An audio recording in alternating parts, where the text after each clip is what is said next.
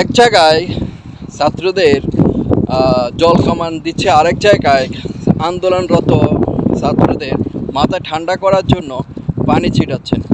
এটা বৈষম্যের শিকার নয় কি? আজকে জগন্নাথ বিশ্ববিদ্যালয়ের শিক্ষার্থীরা আন্দোলন করেন তাদের ন্যায্য দাবির জন্য। তো সেখানে জলকামান লাঠিচার্জ পুলিশের বাধা মুখে পড়েন। তো এর আগে তারা বলতেছেন যে তারা বৈষম্যের শিকার হচ্ছে। এক জায়গায় আন্দোলনরত শিক্ষার্থীদের মাথা ঠান্ডা রাখার জন্য তাদেরকে ঠান্ডা পানি ছিটানো হচ্ছে। যেখানে হাসনাত আবদুল্লাহরা আন্দোলন করতেছেন সেখানে তাদেরকে মাথা ঠান্ডা রাখার জন্য ঠান্ডা পানি ছিটানো হচ্ছে। আর অন্যদিকে